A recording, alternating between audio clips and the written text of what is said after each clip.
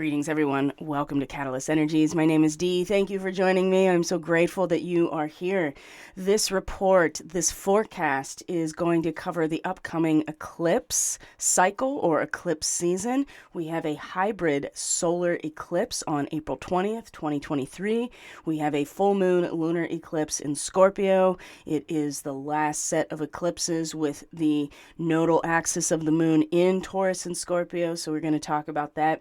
And we're going to talk about the main themes of this eclipse season. So the next 6 months, as you can see actually on this flyer, if you are looking at the screen, that the eclipse season personal forecast that I'm offering through my website is going to cover the beginning of the eclipse cycle up to the next one, which is mid-October. So I actually tempted, I don't want to say in vain, because there is no wasted time when you are practicing and attempting to do your works, but I did try for hours yesterday afternoon to record this, and it was just all over the place. And even in the back of my mind, right, my actual higher self was saying, like, this isn't ready to be recorded, right? And I'm like, no, I'm going to stay on my schedule. Darn it, I am going to record on my schedule. And it's like, no, it's not ready. It's not ready. It's not done cooking yet. And so it was just, I wouldn't say it was garbage, but it was just a free associated mess trying to pull all of this information together and just taking me on every single Sagittarian tangent that I could possibly think of. So I, kind of just accepted what it was and did my best not to consider that it was all wasted time, because it wasn't.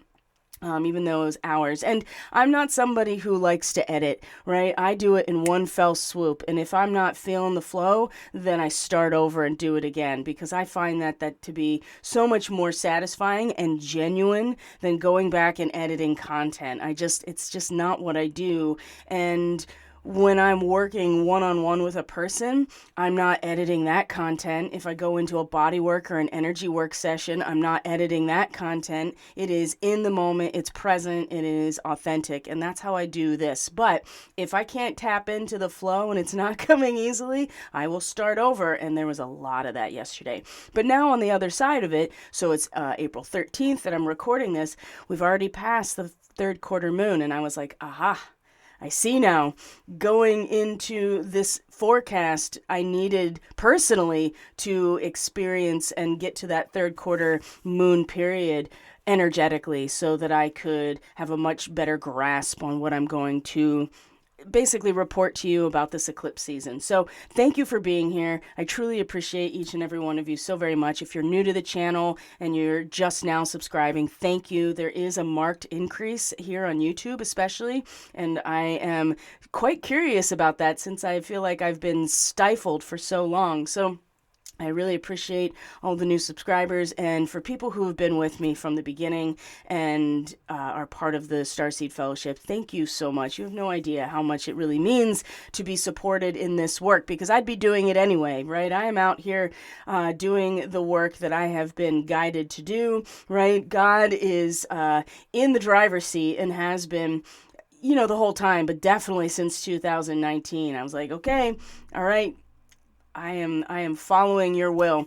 And so either way, I'm out here. And so for those of you who are feeling the authenticity and the energy of this direct transmission, I appreciate you so very much. And there's going to be change. There's change happening. It's good change. Some of it is not so good change. And since we are talking about eclipses, we can't not talk about the nodes of the moon, because those are the things that are responsible for eclipses. So we're going to go into all of those details, go into the specifics of the eclipse itself in terms of the Sabian symbol, what it really represents, and then just get an overall feel here. So if you are interested in how this eclipse season is really going to go for you, you've listened to this video and you're like, wow, this really resonates. I wonder how it's going to fit into my personal soul architecture through astrology? Well, you can book the eclipse season personal forecast. I'm going to keep it open until the full moon, which is on the 5th of May. So that's something that you can book directly from my website, linked in the description box. Or if you're interested in anything else on my website,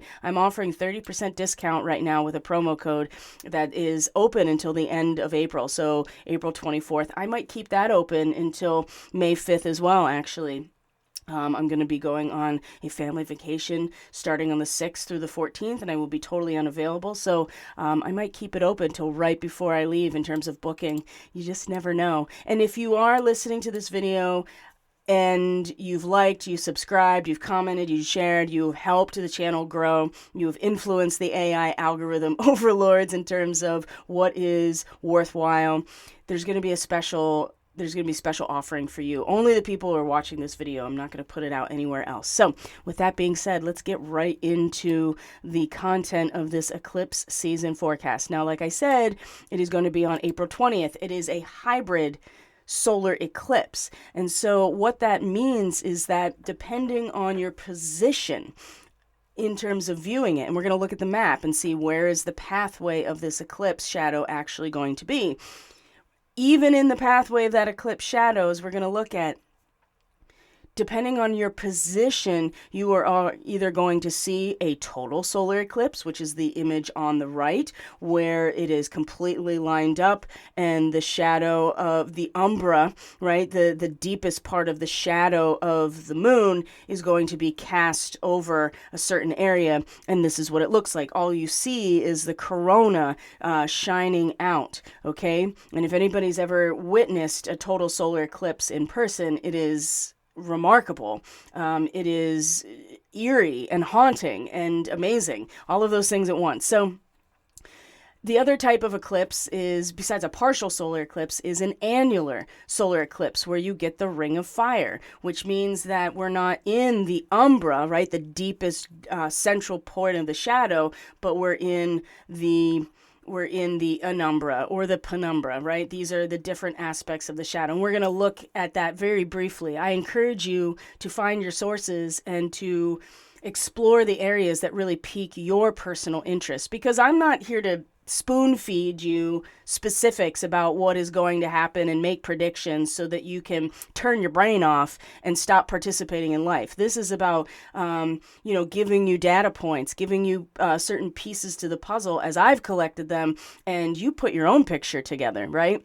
Or maybe we're all putting the same picture together, but we come at it from different angles. We have different timelines of activity, etc. So anyway, the annular solar eclipse is the ring of fire. So a hybrid solar eclipse is going to show both of these events in these different vantage points depending on where you are standing. And there is something profoundly important about that, about perspective from where you are situated, and how this entire eclipse cycle is going to carry that energy all the way out into October of what you see, how you experience the very same event. This is exactly the same event for both experiences. It's not different. It's a matter of positioning and perspective.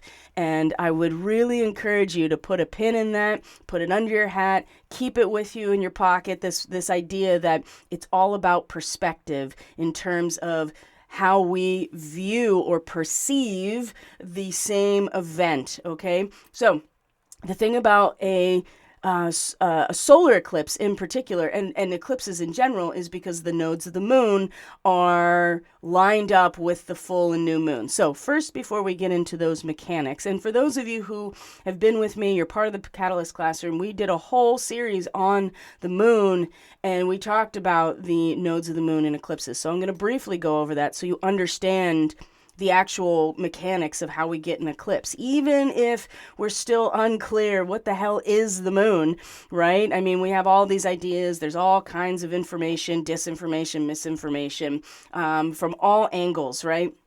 But we can make observations about these events with our own senses and be like, this is happening at these times. So what I want to share with you before we get into those mechanics and then we really start to unpack this set of eclipses is I'm going to show you a site that I use, and it's not because I think it's the best or because you should use it.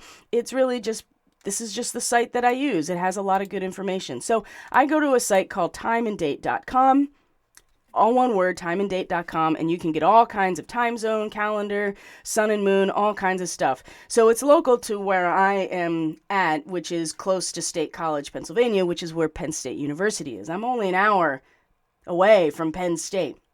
So that I feel like is really interesting in and of itself. But if you scroll down on that homepage, you'll get to a tab at the very bottom that says Sun and Moon, and you have all these options. And the one at the very bottom, and it's even giving you the banner for this total solar eclipse that's coming, because it is a total solar eclipse depending on where you are. So you click on solar and lunar eclipses, and then you get to a page that shows you all of the upcoming eclipses, and then you can hit the link for the upcoming eclipse you want to look at, and then you have all these options and it giving you all kinds of information. So you can go to the path map right up here. Hopefully you saw that. And you get the eclipse map for the total solar eclipse. So let's get this, there we go, formatted here so you can see. So what you do see here, and we're going to zoom out just a little bit so you can really see where we are, is that the path of totality, I'm going to move myself out of the way here. The path of totality, well, yes, there is a totality because it is a total solar eclipse, depending on where you are.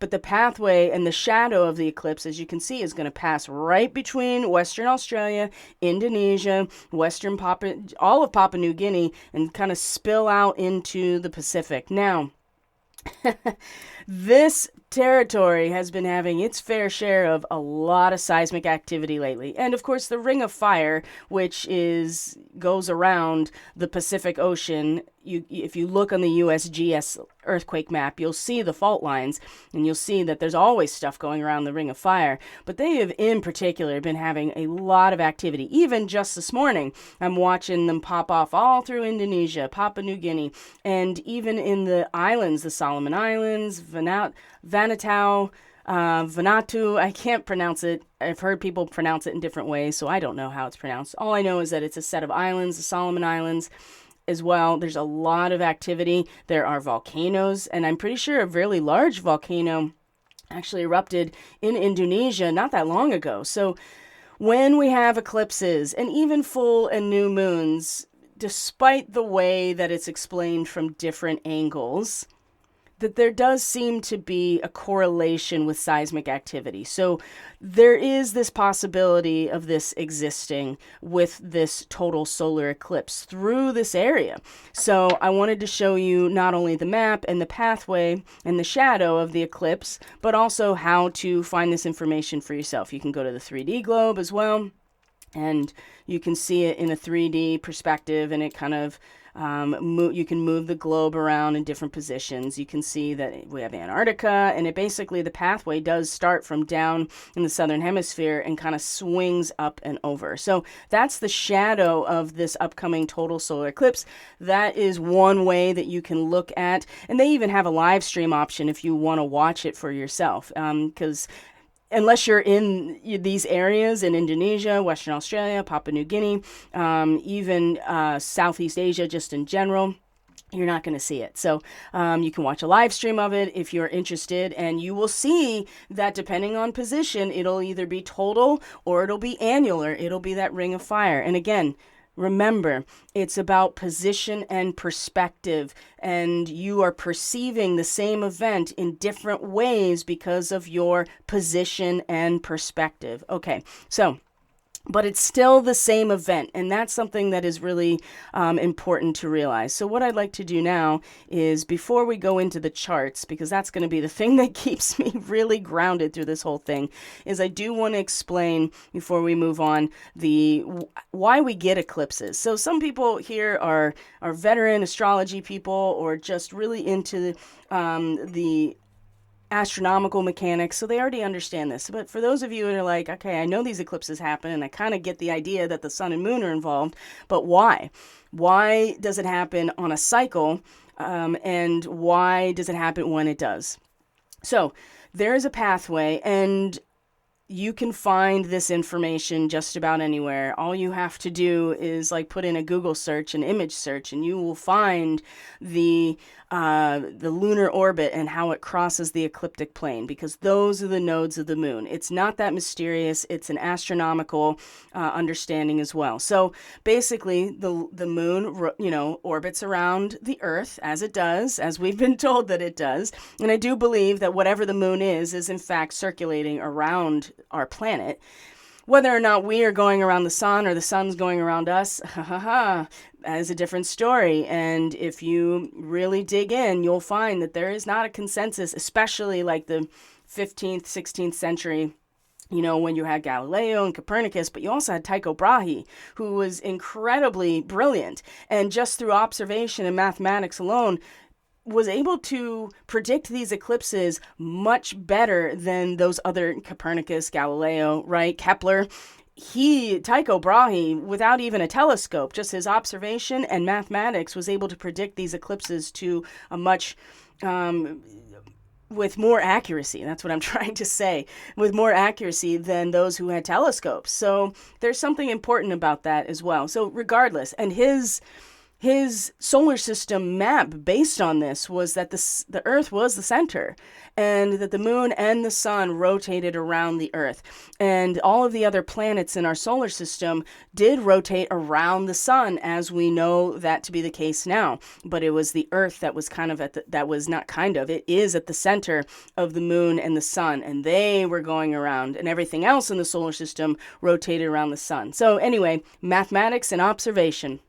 And that was in the 16th century, and very much suppressed, right? You have to really look for Tycho Brahe's stuff. It's not as you're not getting taught that in basic astrophysics. At least I wasn't. You get taught Kepler, you get taught Copernicus, Galileo, but nobody talks about Tycho Brahe. And, I'm not an astrophysicist, but I do have college credits in astrophysics, stellar physics, and cosmology. And I'll tell you, Tycho Brahe never came up once. So I digress. I'm sorry. But it's important to understand that there are, in fact, there is not consensus. So, but what does happen, and the reason that Tycho Brahe was able to predict these eclipses with incredible accuracy, is that the lunar orbit does cross the ecliptic plane in two places. There's an ascending node and a descending node, a north node and a south node, Rahu and Ketu. And these nodes in evolutionary astrology and Vedic astrology, it's not just evolutionary astrology, Vedic astrology as well, sidereal astrology,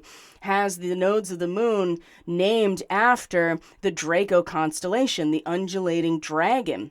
The idea that there's a head, which is the north node or the ascending node, and there's a tail, which is the south node or the descending node. And so in evolutionary astrology, in Vedic astrology, you see these nodes as these representing the underlying trajectory of the soul's evolution in the natal chart, for instance. And actually, Pluto figures into this whole eclipse cycle really strongly. And you can't talk about the nodes of the moon without talking about Pluto, because they are intimately linked to the power of the soul. Pluto especially being the power of the immortal soul, and the nodes of the moon showing the trajectory of the soul in order to grow, to evolve, to get to a certain destination. And just like a dragon, right? The dragon is hyper-focused on getting to its destination, its spoils, its treasure, whatever it's doing. So, take away all of the fear-mongering around these symbols for a second and just realize that the undulating pattern of where we're headed versus where we've been is how we get eclipses. So when the new and full moons line up with the same zodiac degree as the nodes of the moon, right, which is the place where the lunar orbit crosses the ecliptic plane, right, the orbital plane of the sun and the earth, that is where the living soul, the path of the living soul, right, which is the moon in astrology, and I would say just life, the way that the moon mediates our relationship to the light of the sun, that we're not getting it all full blast at once, but it's being mediated along a cycle of waxing and waning, of rhythm, of oscillation. So when the moon and the new moons and the full moons line up with the zodiacal degree of where the nodes are at that point, this is where we get eclipses, because we're lined up not only longitudinally, but we are lined up latitude, like in all vectors, basically. So we get these eclipses. So this represents, again, the living soul is crossing the pathway of the archetypal self, which is what the sun represents in astrology. So in these solar eclipses, what happens is that it's an event every new moon, but we take it for granted because we don't see what is actually happening, because the moon is blocking out the light of the sun and taking it all on her other side. And so the shape of the moon isn't necessarily visible to us. When we get an eclipse, it is very obvious to us what has always been happening, but it's not in the mystery. It's not something that is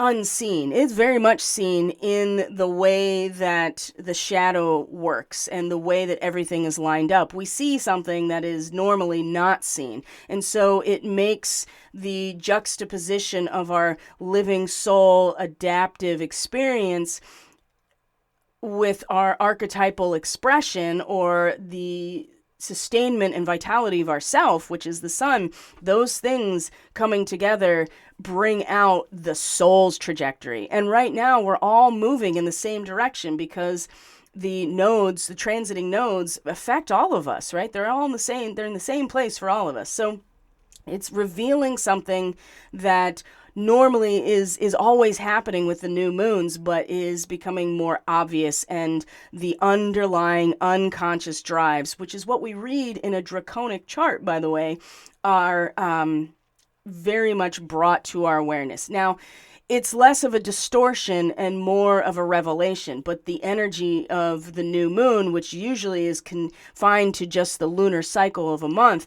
this energy is going to stretch all the way to October. And wow, it is actually a blessing. Normally, these eclipses are harbingers of things that are not exactly great. And I would say that, again, perspective is going to be key here in terms of the way we interpret what we're seeing, how we're seeing it, okay? And we're going to get into the degree of the eclipse. But the thing that really strikes me about this eclipse, the solar eclipse in particular, is, number one, this is the last eclipse cycle with the nodes in Taurus and Scorpio, which have been about inherent value, our inherent worth, right? Our material resources with Taurus, right? What is harmonious, what is natural, and what is the living soil that we're embedded in, versus Scorpio, which is what power do we generate together in our cooperation, our communion, our coming together, and faith and trust. And of course, Scorpio, the 8th house, this is the realm of death and rebirth, right? This is the realm that Pluto rules. This is going to be the last set of eclipses. So we know during this time between April and October, the nodes are going to move into Aries and Libra. So we are ending a cycle that has to do with my inherent value, worth, what is mine, what is ours, and that we generate together. And it's no accident that all of this economy, banking system, currency, all of this stuff is unfolding as the nodes have been in Taurus and Scorpio. Now they're going to go into Aries and Libra during this spring and summer. And the energy of our soul trajectory, especially the North Node being Taurus into Aries, from my inherent value, what's mine, to who am I, right? I am that I am, versus Libra, which is we are. And there are so many connections. I can't even go into all of them. But one of them that's really striking is that in October, when we get to the next eclipse cycle, which is October 14th, there will be a new moon in Libra. So it'll be a south node eclipse that we have, a solar eclipse in Libra. It is going to be directly opposite directly opposite of where we just had the Sun-Jupiter conjunction, which was 2 days ago. That was exact, and it's still very present. Their conjunction is still very present. So whatever blessing, whatever thing fell out of the sky and into your lap, whatever incredible ideas were coming to you, whatever type of fortune or good luck was really brought to your awareness in terms of these I am and who am I, what is my subjective experience in this world, what are my desires, and specifically having them fulfilled. This next eclipse in October is going to be directly opposite that. So this whole cycle over the next 6 months is going to lead us to a place of I am and having those desires fulfilled, what that feels like, what that looks like, how we identify with it, the big picture of it, the resources given to it, and how that translates to we are. And if those desires being fulfilled are actually going to be able to nourish and give to others that really need it. So this time period is essential for kind of getting our ducks in a row. So, and to have situational awareness, to realize that all of the potency of who we can be, who we can grow into, what our desires are, how we can fulfill them. It's great to have all of these experiences, these impulses and drives around it, but we have to actually substantiate it. And this is going to be the main theme of this hybrid solar eclipse. Now, let's get into the charts themselves and start looking at what's going to be going on here. So, like I said, if you want to be able to understand how your chart is going to be affected, you can definitely book that eclipse reading. And certainly there will be, like I said, there's going to be an offering for the people, only the people watching this video at the end of the video, that will maybe make that a little bit easier for you. I know that money is tight. I know that people are cutting back on spending, which means that people like me who are running small businesses are really going to have to get creative or, figure out new ways, because it's pretty scant right now, I have to say. And I want to be able to provide this work for people. So I'm going to be offering something at the end of this video. Anyway, so here we are on April 20th. Now, the other thing that is really striking about this time that I'm going to put out there now so that we can pay attention to it is the fact that Pluto is going to station retrograde, okay? So it's dipped its toe into Aquarius, right? Now, Pluto has the final word: death and rebirth, metamorphosis, transition, and the immortal soul and the power of the immortal soul is discovered and extracted, rendered, whatever, from Pluto, because Pluto ruling Scorpio, Pluto ruling the South Node right now, Pluto ruling how we create power is necessary to realize the power of the immortal soul. Now, it has been in Capricorn since 2008. We've gotten so used to the destructive energies around our institutions that we almost are just yeah, we know it's getting destroyed. And Pluto's going to station retrograde here at 0 degrees Aquarius on May 1st. It is going to be retrograde until October 10th, which is right before the next eclipse cycle. So as this cycle is coming to a close, Pluto is going to station direct at 2728 Capricorn, which, as some of you know, is the natal position of the U.S. Pluto in its natal chart. So we're not done with the destructive, controlled demolition of all of the institutions, specifically around the United States, but the economy, the governments, all of the provisions that are provided for society, that provide for the common welfare, which is Capricorn. It has been going through this demolition since 2008, and it's about to be finished. But we just kind of dipped our toe in. Okay, what does it feel like when Pluto starts destroying the human voice, the extracting power from the human higher consciousness, right? From our own bioelectric homeostasis, right? That connects connects us all to each other and allows for things like natural telepathy and natural empathy and actual energy healing, right? Or Aquarius is the water bearer, right? It's an air sign, but it is holding water. And in fact, the constellation of Aquarius is pouring that water out of a jug, and that water flows south into the mouth of the fish, the Pisces Austrinus, right? Not the Pisces zodiac sign, but the constellation of the single fish. And the mouth of that fish is the fixed star Fomalhaut, which is where Saturn is right now. And that fixed star is one of the royal fixed stars. There are 4, and it's attributed to Archangel Gabriel, the messenger. So this is something I've talked about in other things and will continue to talk about because of Saturn being in this position. But now that Pluto is here in Aquarius, we're getting a taste of like, okay, this is what it feels like when Pluto comes through, and starts destroying the essence of humanity, the social voice as a whole. Our, like I said, our bioelectrical homeostasis, the thing that connects us outside of physicality, right? That's going to be a whole new ball of wax here, and we're just getting started. So this retrograde is happening on May 1st. But before that happens, it's pretty clear that Pluto is in a square to this eclipse.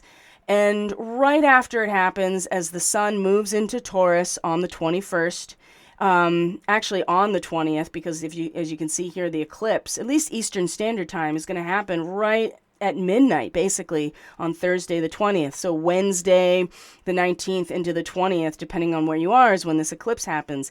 When the sun moves in to Taurus, it's going to square Pluto directly. And this square, and in some cases, there'll be a T-square when the moon comes into Cancer later, when Mars finds itself in an opposition to Pluto. In fact, as Mars and Venus and Mercury all through the spring and summer come through Cancer and into Leo, they're all going to oppose Pluto, and in that position, it will naturally create a T-square to the same position of the eclipse. And if you don't know what a T-square is, I'm going to show you what that is and show you how to work with that energy, and realize that the ripple of this eclipse is going to be felt over and over and over. And it has a lot to do with Pluto. Now, Pluto will be retrograde this entire time. And in fact, everything here is going to be retrograde throughout this 6 months except for Mars.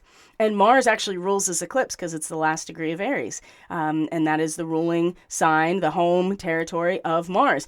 And in fact, you can see that Mars is actually conjunct the star Sirius as this eclipse is happening, which I think is really important, especially considering that is the natal sun of the U.S. chart, is conjunct Sirius. Many people have their ideas about the spiritual there's spiritual and mystical occult connections of the founding fathers to things like Freemasonry and Mystery Babylon, or just spirituality in general. And I'm not here to make any comments about that in any way. I'm just pointing out what is actually here, which is that Mars is going to be conjunct Sirius as we have this eclipse, and Mars will be the only planet that is not retrograde during the 6 months and rules the eclipse. So in this moment, especially in conjunction with Sirius, and for those who are Sirian starseeds, you are aware of this in your chart, you know that this energy is about being deeply rooted into the core of the earth, into life itself, and to be a custodian and a guardian, and there's these shamanic qualities that come out of the Sirian frequency and the Sirian nature that requires an individual to tap into the permanence of the life energy, to tap into the core and the heart of the planet herself in order to execute whatever healing or whatever needs to be done for the community or the group. That's what the shaman does. They heal, they guide, they officiate certain types of events, right? But this person has a deep relationship to the plants, the animals, to the rocks and minerals, to the elementals, to their own guides that are out of this dimension, right? And that requires someone who is not in the normal domestic life in order to do that. Anyway, the point is that Mars being here, and Mars being the only thing that will not be retrograde during this time, is really showing me that this energy is going to carry us through. Just our instinctual, our impulsive, our protective warrior nature. And we're talking spiritual warrior. We're talking about the warrior of the family. We're talking about the protector of those who are vulnerable, the underdog, all of these things with Mars in Cancer. And in conjunction with Sirius, there's an incredible responsibility here, but there's also an incredible amount of power, right, that's coming through here. Again, hybrid solar eclipse. Your perspective is going to show you a different view of the event. Maybe there is a ring of fire you got to jump into. Maybe it is a total solar eclipse and you're like, whoa, I don't even see a ring of fire. I just see that this light is always being mediated by the moon, but there's something so much deeper coming to the surface. So I want to talk about the degree of this hybrid solar eclipse on the 20th so we can get a perspective here of what we're really dealing with. So 30 degrees Aries, and the Sabian symbols are something I use a lot in my work. The Sabian symbol for 30 degree Aries, and we always round up when we're looking at Sabian symbols. So as soon as a zodiac degree crosses into a specific whole degree, we round up because that's the energy it's leading into. So you have houses, you have signs, and then you have degrees, and they even have their own resonance and archetype associated with them. And that allows for a mandala, like a very intricate and involved mandala to read in the astrological chart. So it's just a code, right? It's just a code. It's a language that you have to interpret. And for me personally, it gives a structure and a form to what I am intuitively just picking up on. And I find that really helpful, especially the Sabian symbols. So, because you can get really specific. 30 degrees Aries, a duck pond, and its brood. And its brood is, the little duck families, right? The ducks that live there, the duck community. So this degree is about realizing natural boundaries because we are at the cusp of moving into the sign of Taurus. So if Aries is the seed, Taurus is the soil. And the seed and its potency has to be planted in order to actually grow into anything. It can't just grow because it's like going, I am, and all these, I'm going to fulfill all of my desires and potential to be. And if I just keep going in that loop over and over again, it'll eventually happen. And then I'll be perfectly grown and, part of society. It doesn't work that way. In this dimension, at least, we are going through the process of growth. And so this degree marks the transition from that potency into substantiation. Every form of activity has its limits, right? And this eclipse is going to highlight for us those limits and the realization of where we actually are. And this is where situational awareness becomes something very much wrapped up into this eclipse. So even if you've gotten a glimpse, right, of cosmic order and universal order, right, the big picture, if you had your connection to source or God, especially with the Sun-Jupiter conjunction, it's one of those moments that you're like, whoa, the whole thing just opened up in front of me, and there's a blessing that came from it. Even if you get that glimpse, it has to be brought down to its own karmic field. The seed has to be planted in order to grow. And once that happens, there's no turning back. You can't start over. And that was the thing I was talking about earlier that I didn't even realize I was demonstrating when I was saying that I don't edit, right? Because once I'm in the flow of whatever I'm doing, whether it's a reading or it's an energy work or a body work session, I am not editing that. I am just following through with it. Same thing here. So it has to be brought down to its own karmic field, but that also means that we have to keep that message, that glimpse of universal order, it has to be kept inwardly. And this is a big part of all of the Aries energy, and especially where Chiron is right now. Chiron is very much sitting at a degree that's like, hey, maybe you need to pull in a little bit and feel what it feels like to generate that energy from inside of you first. So peace, inner contentment with what? Our dharma, right? There's one of those words that's like, what is that? It's your social station in life, right? What is God's will for you? This is your dharma. Dharma is Eastern Vedic tradition, right? So the Eastern Vedic tradition and practices and spirituality morphed into the Hindu religion, right? So the Dharma is a very old concept, and it's your station in life, not necessarily your caste. That's how it got, exploited basically, but your station in life, God's will for you, or your divine source's plan. Your role in it is essential, just like everyone else's. It's becoming aware of that peace. And this is why I realized that I had to wait for the third quarter moon in order to really give this forecast, because that showed us a lot and will continue to show us throughout the week what that actually is going to consist of, because the moon in Capricorn is not at her best, because she has to actually be concerned with not our own inner vulnerability and safety and personal power, but how that power is released, how it impacts the social welfare, and if we're fully committed to this process. So we got some time. We got the next couple of days, a week, to really embrace that, to really work with that third quarter moon energy, because this eclipse, it's still going to plant a seed, but it's a seed that is going to continue to grow throughout the next 6 months. Okay. So knowing your dharma and coming to peace with it is going to be really important. So, and you need it in order to go back out into the world. That's the whole point, is like, you have to realize where you actually are and have situational awareness for where you're at, what your status is, what your resources are, and how you're going to make the most of them.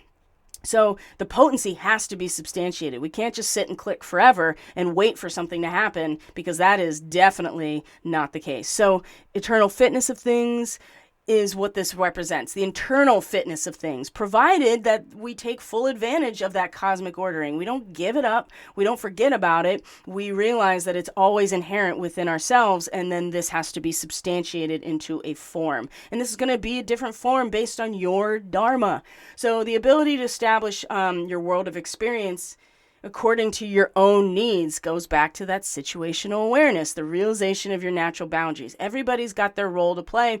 And if you're really listening, right? Do you remember from the Starseed ministry? And maybe you haven't, because this is your first time here and you're really interested in knowing about these eclipses. Well, when I did the broadcast on my channel on Monday and did the reading, right, what was one of the guidance points for the animal guides? It was Pueo, the Hawaiian owl, that your guides, your ancestors are attempting to give you insight, right? And you have to know what you're listening for.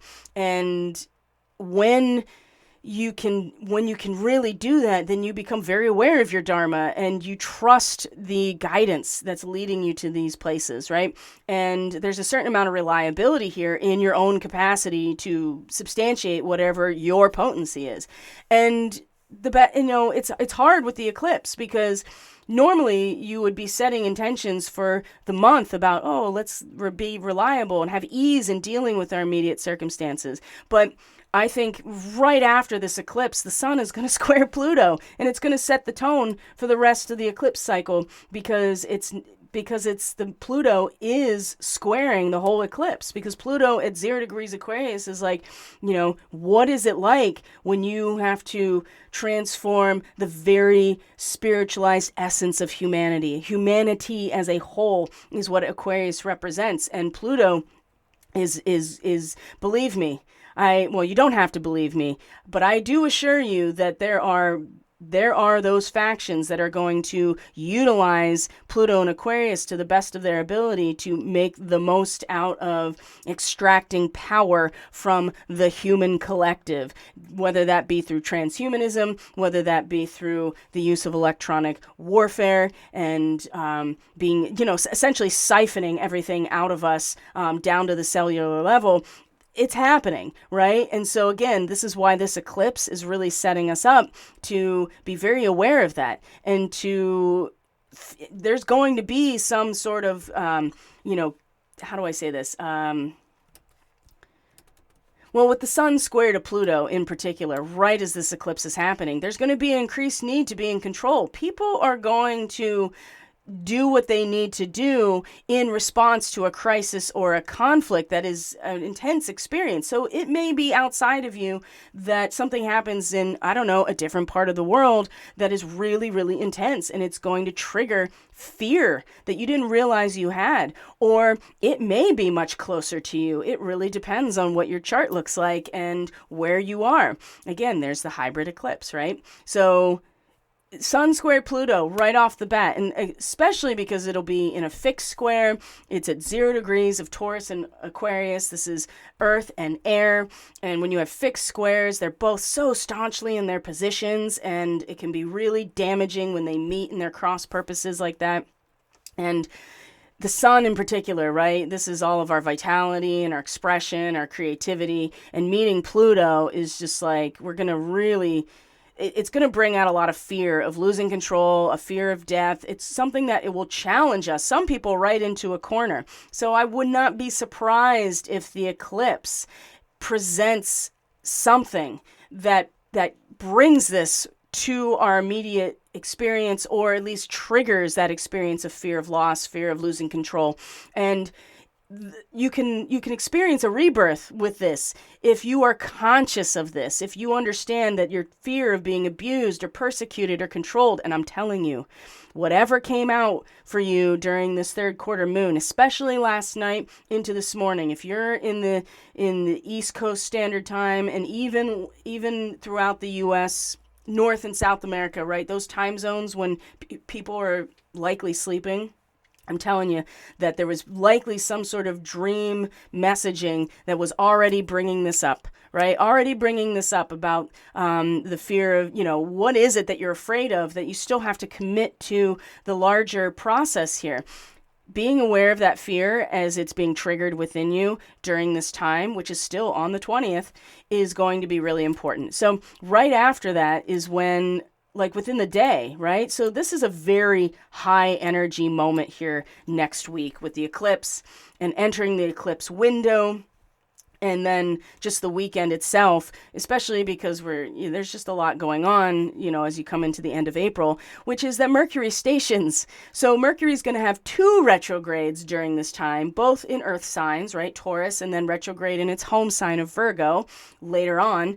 And again, everything is going to be retrograde except Mars during this time. Everything will be retrograde at some point except Mars during this eclipse cycle, okay? And I'm going to keep saying it because everything is going to start being internalized. It's going to go back over old territory. It's going to be something that we have to go back over. At least with Neptune stationing retrograde, the fog will clear and it won't change what's happening, but at least then we'll be able to have a clear view of like, okay, this is what's going on here. When Neptune is direct, it is really difficult to have a clear line of sight, especially with Neptune in Pisces. I mean, there's just no way around what's happening in that area. So Mercury stations retrograde, 15 to 16 degrees Taurus, almost meeting up with Uranus, but not quite. And it will be retrograde until... Well, that's a good question. I thought I had it in my notes. Oh, yeah, May 14th. So there's a lot that's going to happen between... It's definitely in the eclipse window leading up to mid-May. And mid-May does seem like things will break loose a little bit, that there will be some opportunity in mid-May, but we got to get through the eclipse window first. And I think it's going to be really challenging, and it is going to trigger a lot of fear in people. And Pluto is squaring this eclipse, and these are big issues. So with Mercury stationing retrograde at 16 Taurus, I mean, it's going to be pretty obvious that, traditional concepts are not adequate to confirm where we're going. And in fact, Mercury going retrograde is going to be like, okay, we got to go back over all of these assets, these resources, what they mean, what is their value? Is this really going to lead us forward? Because it's pretty clear with where the North Node actually is, the true node, which, I always cast for the true node.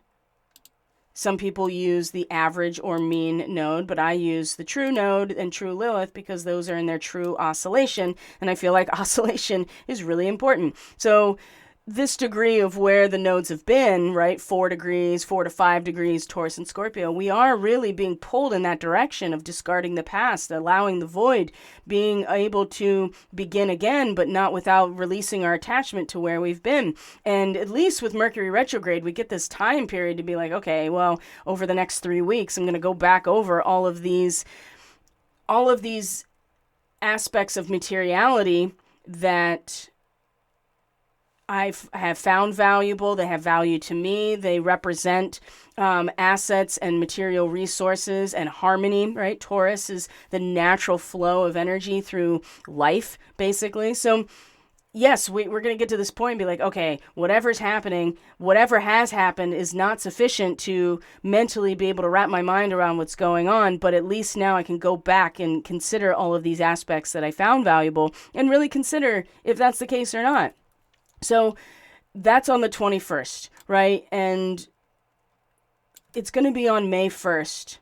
So we're still in the eclipse window. So if we just kind of go through the weeks here, we'll see that Venus is just trucking along in Gemini, and the sun is now in Taurus, right? We're going to come up on Beltane really soon. There's going to be a Mercury Cazimi, right? The sun and Mercury will be conjunct.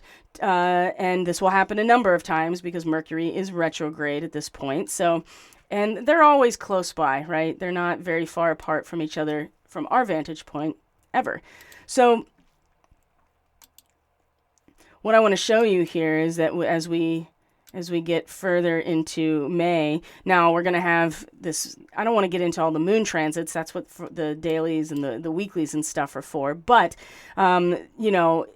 this is a harbinger of the larger oppositions to Saturn that are going to be happening later in the season, right? Definitely into Virgo season, when you're going to have all these oppositions to Saturn and really challenging the concept of personal sacrifice versus and works and labors versus surrender to the message of divine will, which again has a lot to do with Archangel Gabriel in terms of being the watcher of the South, and certainly being able to provide the divine message. And you may not like what it has to say, and I feel like that's been a big problem with Saturn in Pisces, huge. And I anticipated that, and I got a lot of, people that don't really, they're like, it's going to be the karmic deliverance, yeah.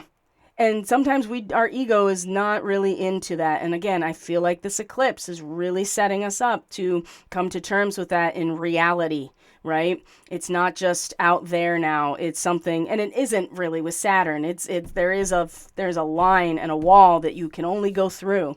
But the challenges will come with all of the Virgo oppositions. We'll get there.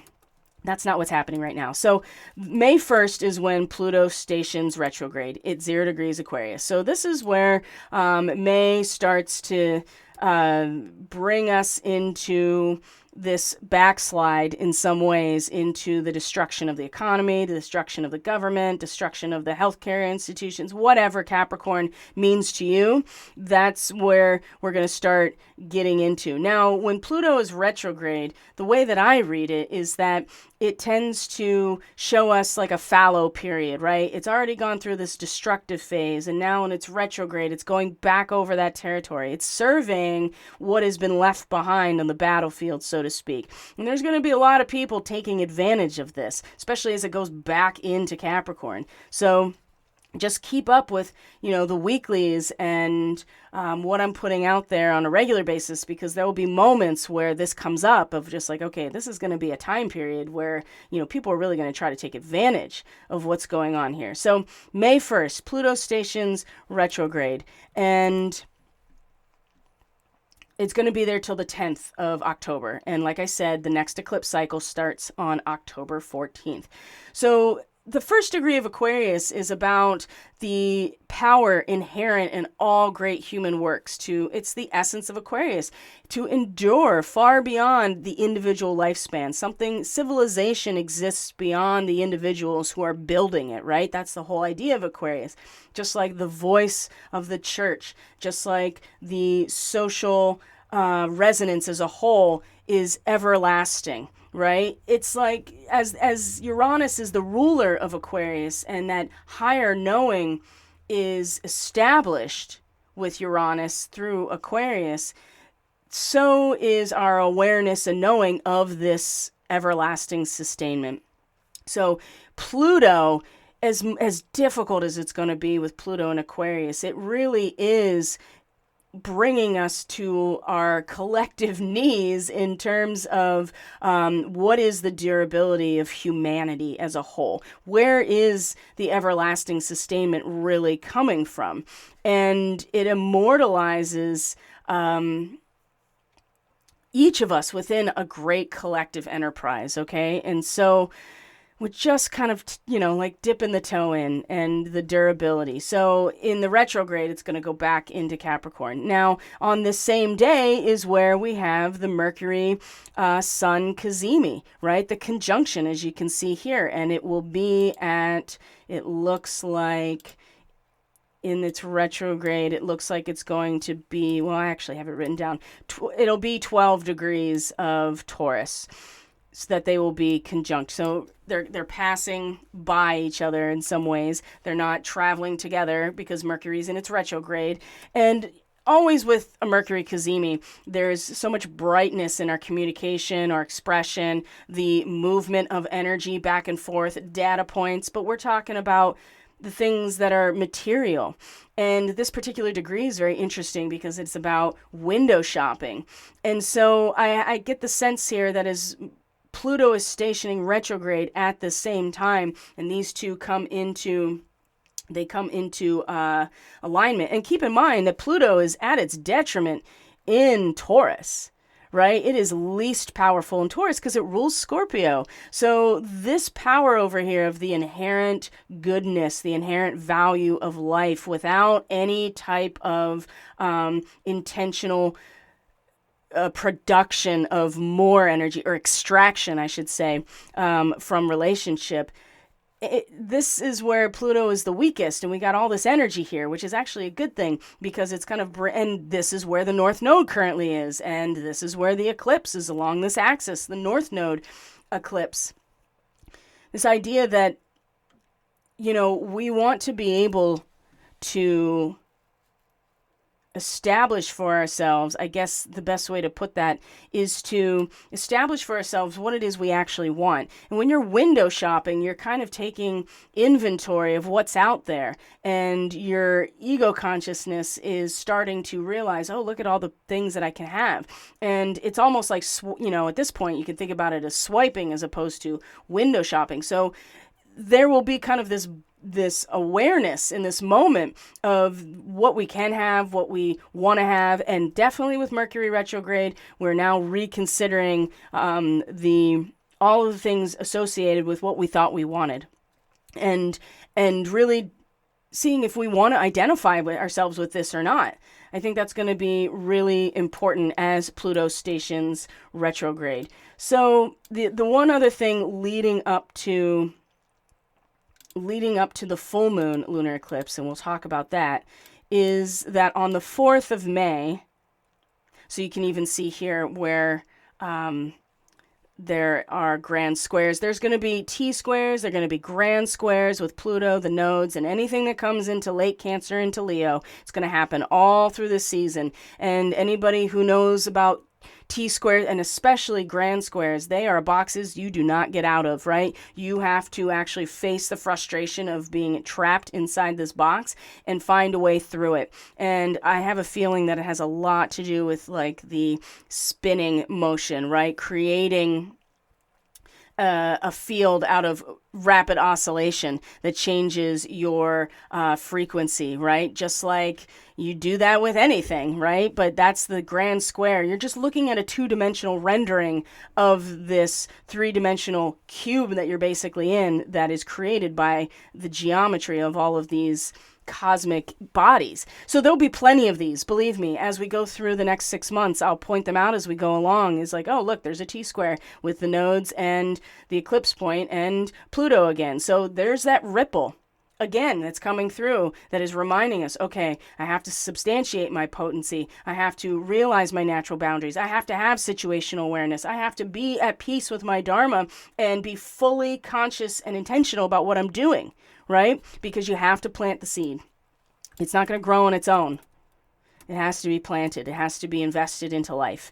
So, and again, that Mercury-Sun conjunction, I think, is going to give us pause and be like, is this what I want to invest into? Is this what I want to grow into? Is this what I actually want? And maybe it is, right? And that's the great thing about this, these types of conjunctions, is that you talk to people, you communicate, you express yourself. And as a Mercury retrograde, chances are it's going to be much more of an internal process where you're going to be considering it for yourself. So, now, on the 4th of May, there's a transit that is going to happen multiple times with different bodies. It's Venus in a square to Neptune.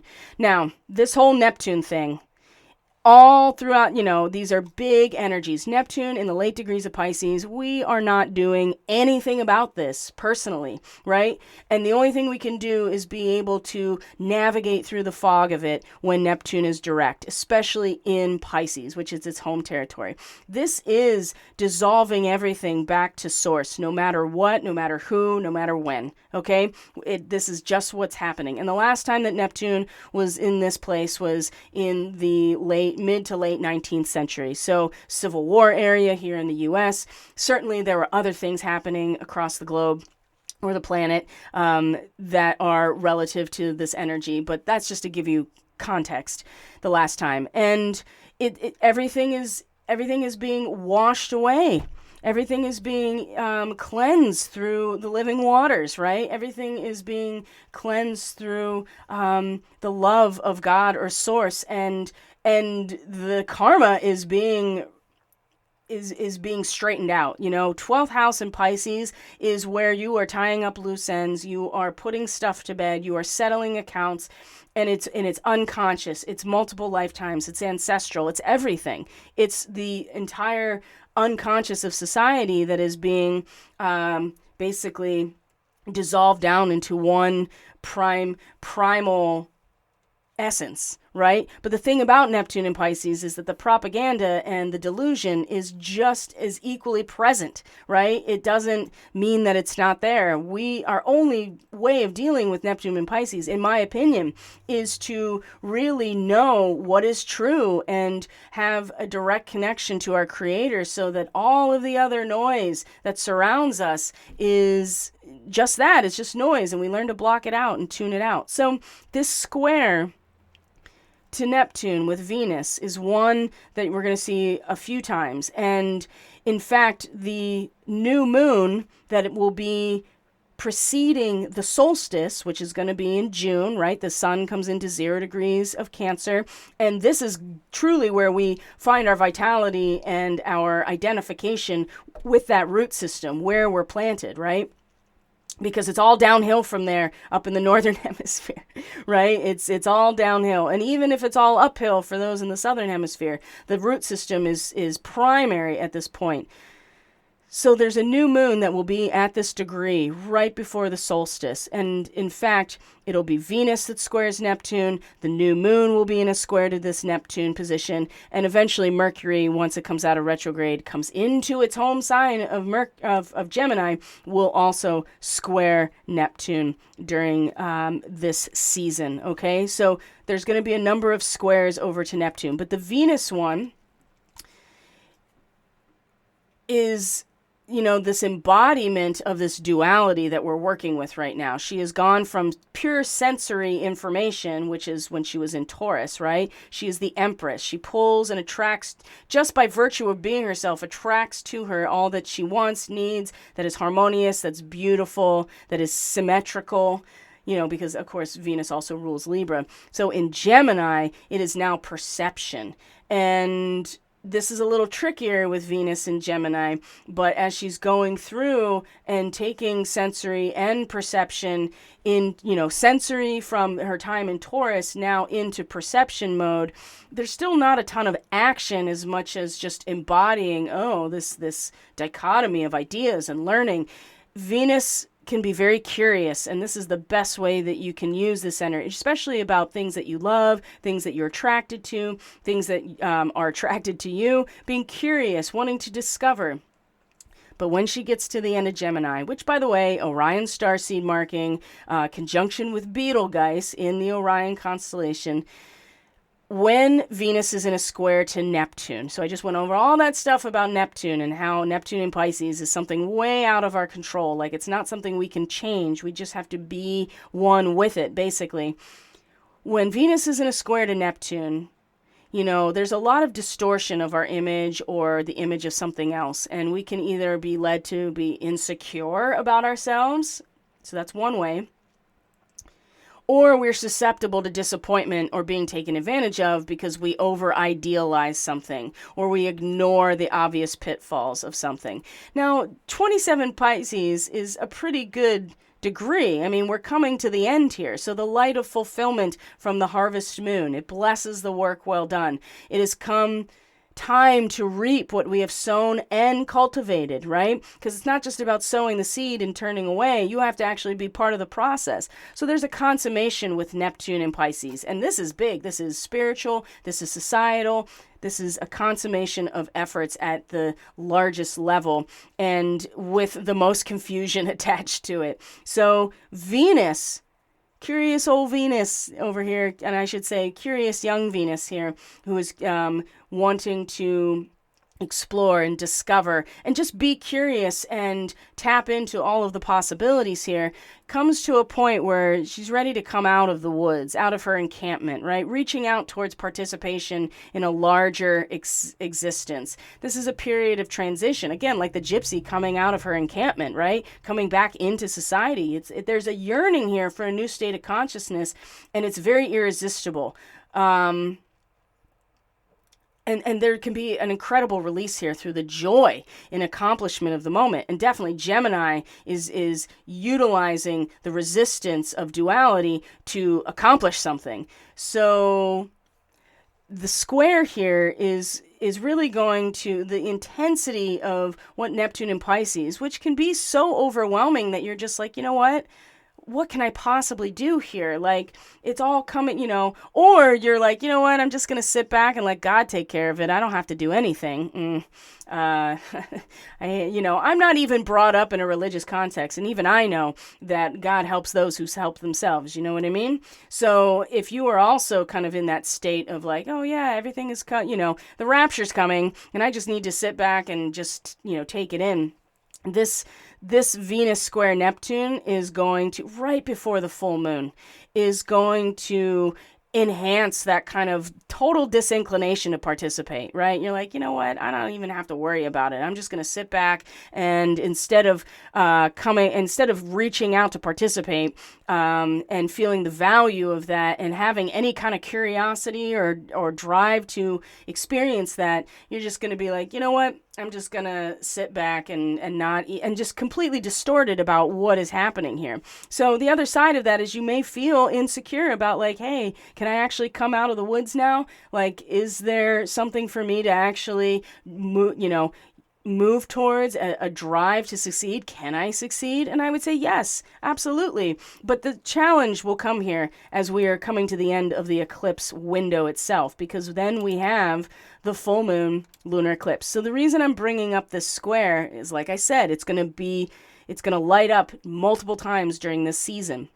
It's going to light up when the new moon happens at this degree. It'll be in a square to Neptune. Mercury will come into Gemini, square Neptune. It'll be confusing. There'll be challenges. There will be weakness. There will be a sense of, losing vitality, especially with the sun squaring Neptune. But that new moon is actually going to be that moment of like, you know what? I am going to set intention here. And whatever you feel in this moment, lean into it a little. Allow the discomfort to kind of direct you in the areas that you need to reinforce, or the opposite of like, again, maybe be more realistic that you have to still participate in what's happening, even if you do think you're going to be raptured. I don't mean to laugh. That's not funny.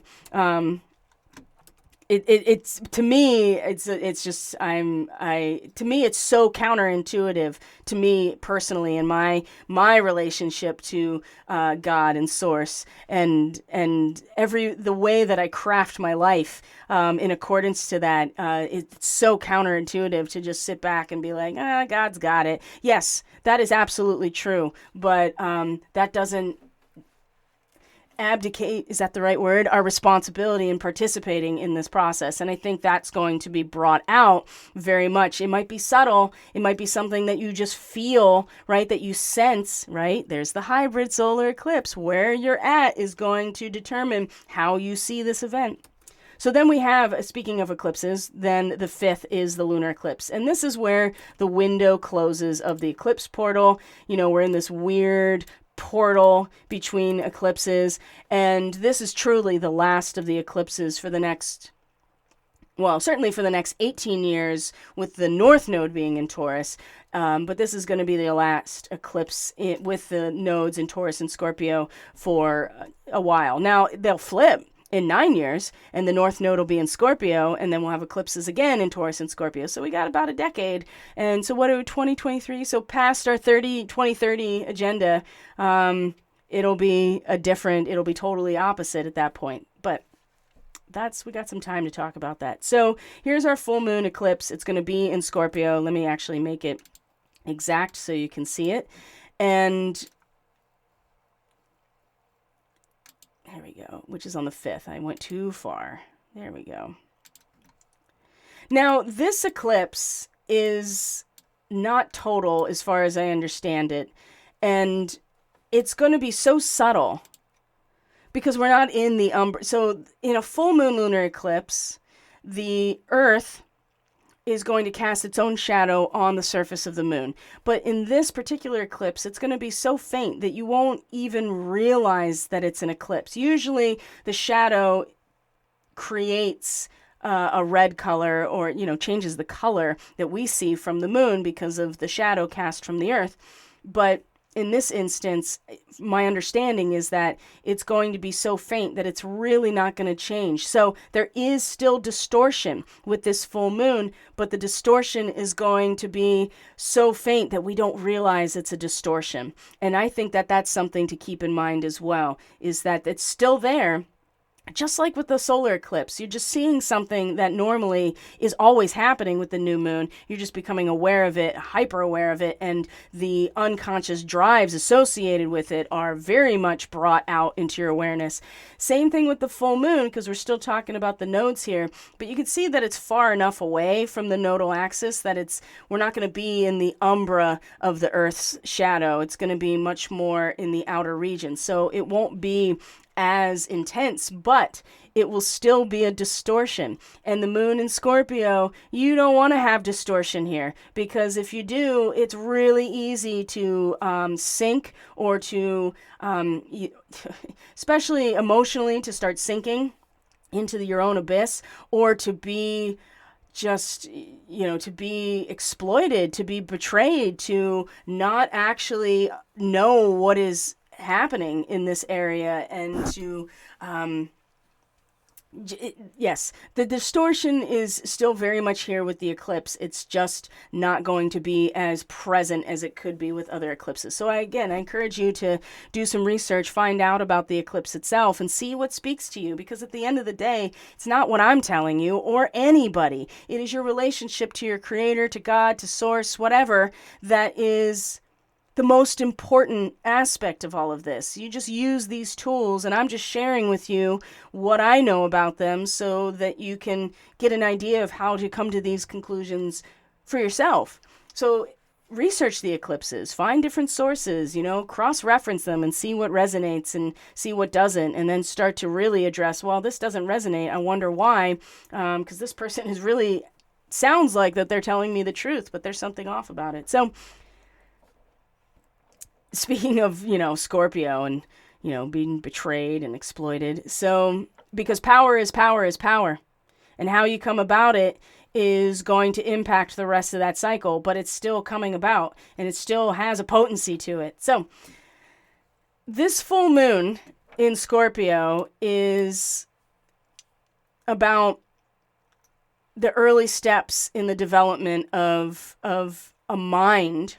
And I would say, especially with the moon, we're talking more about the inner landscape, seeking to be attuned to a higher level of human evolution, right? Scorpio is about the power we generate together, right? The more than the sum of our parts, the return on our investment, and the death of the ego in order to create something more than just ourselves. And the most obvious example of this, besides death and rebirth, is the energy that pulls people together for reproduction, right? You are creating something more than just your individual energy coming together. You're not cloning. You are actually creating something that is more than the sum of your parts, right?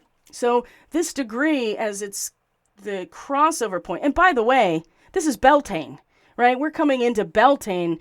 Technically, they celebrate it on May 1st, but it's the midpoint of the sun in Taurus. So the sun is going to cross, the next day is going to cross over the midpoint of the sign of Taurus, and that is Beltane. That is where the seed breaks open under the soil, and the seedling has to struggle to get up to the surface, right, to the sun, to have that interaction with the atmosphere, okay? So the moon is in its fullness, right? So we start with the new moon, which was an eclipse, last degree of Aries.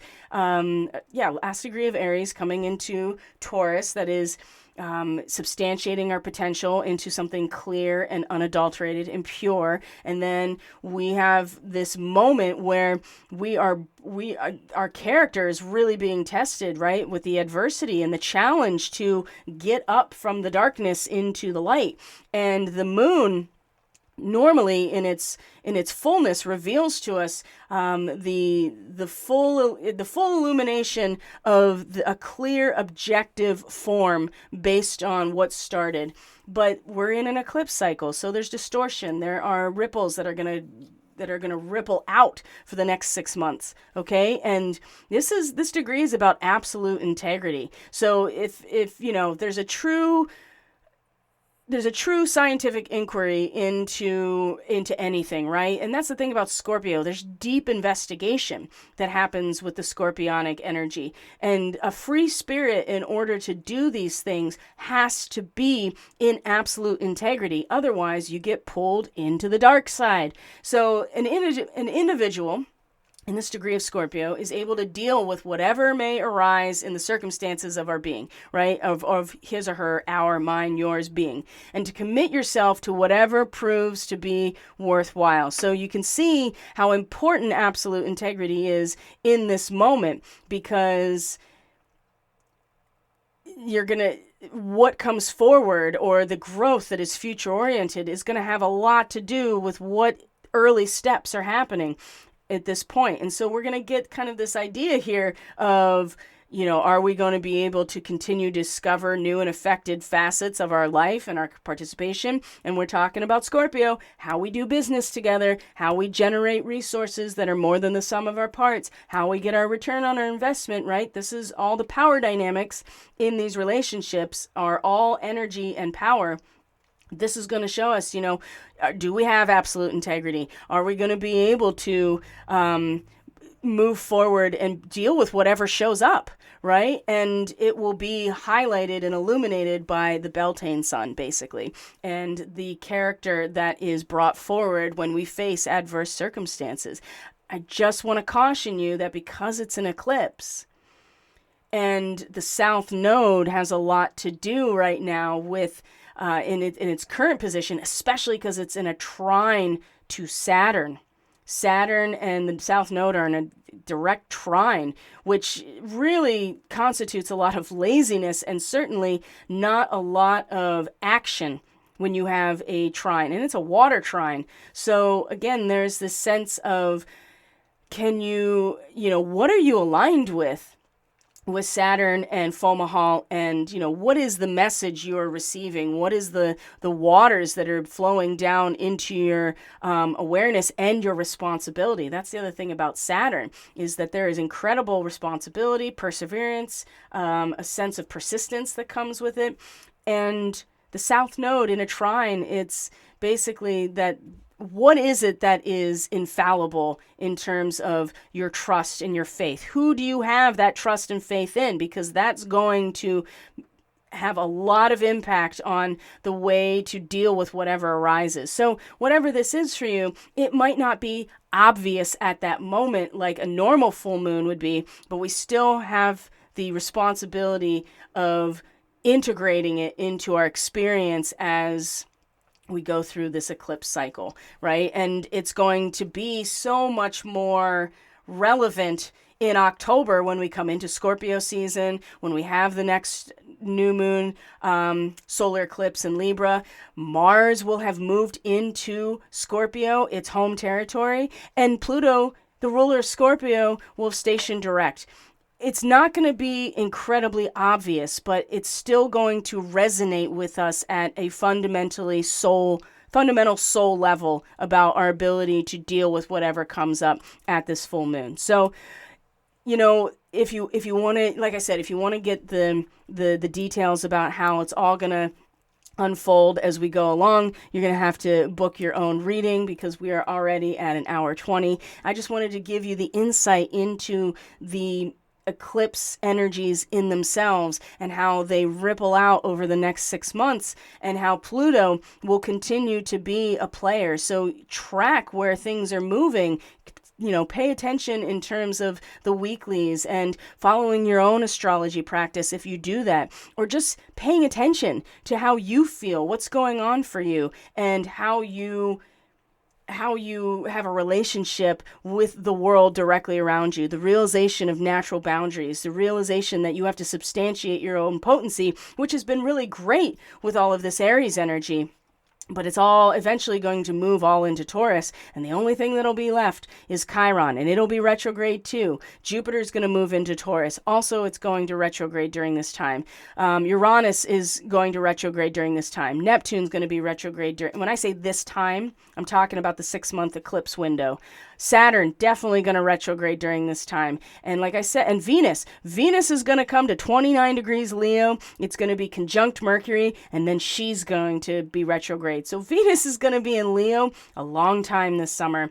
And boy, that's going to be some hot, passionate action that is then going to get turned inward. And so there's a lot we can do with that energy. And, if you are familiar with any of the tarot, but certainly the Thoth tarot, Aleister Crowley aside, I got some specific feelings about him, but the Thoth tarot is very useful, and the passion card, the lust card, the strength card in that deck is 11, which is interesting because the 11th house is opposite the 5th house, which is Leo. So that card is the Leo card. And if you remember, if you're familiar with it, it's a woman riding a multi-headed beast under the surface, and she's pushing this throbbing seed up, right? This is our strength, our passion, that energy that moves through us, the kundalini that is released through us, is at its best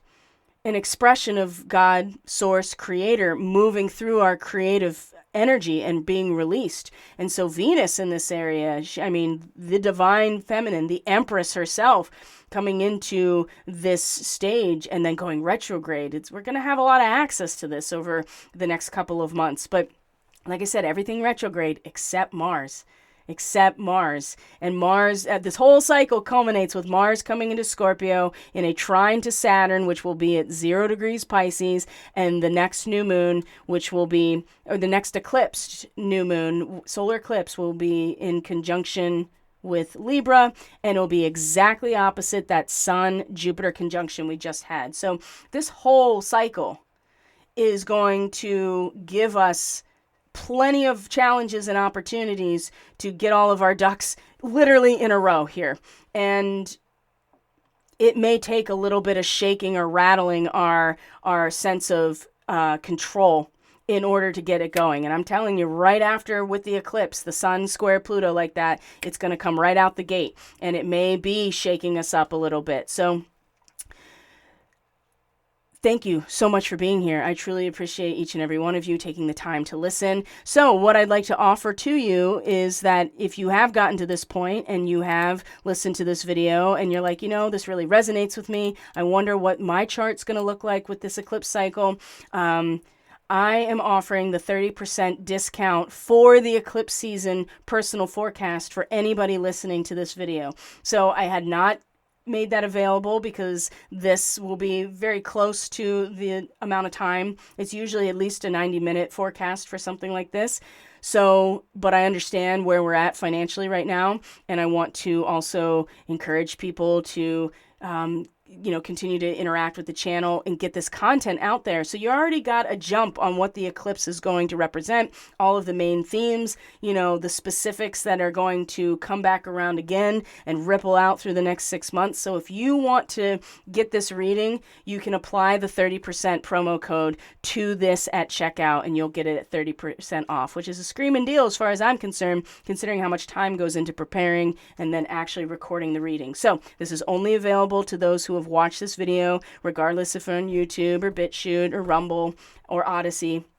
I'm not going to be making an offering to in any other way, only for those who have made it this far. So again, promo code is Catalyst. You go to checkout on my website. You can go to the bookings tab and you will find it. And then when you check out, you apply this Catalyst promo code. It'll automatically give you 30% off. So it's going to be more like $66 roughly for this reading. And it will be just like this. It'll be 90 minutes plus, and it'll go into your chart. So the more types of readings you've had, the more in depth we can go with your progressions, your draconic chart, your starseed markings, all of that stuff. And it's very well rounded. And the magic is in the moment, right? Which again is why I don't edit, because it's in the reading itself where the transmission truly comes through. So, and there's always Easter eggs. There's always these moments of intuitive just hits that I get with people when I'm actually doing the reading. So thank you so much for being here. I truly appreciate all of you. If you have any questions, my email's in the description box. You can check out any of the other links, my website, social media, blah, blah, blah, blah, blah. You know the drill. And I thank you very much for all of you who are supporting this channel, getting the word out, and actively participating in this process that we're all going through together. So take care of yourself. Take care of each other the best you can. May God or your Creator bless you as you go on your way. And I will see you guys on the flip side. Take care.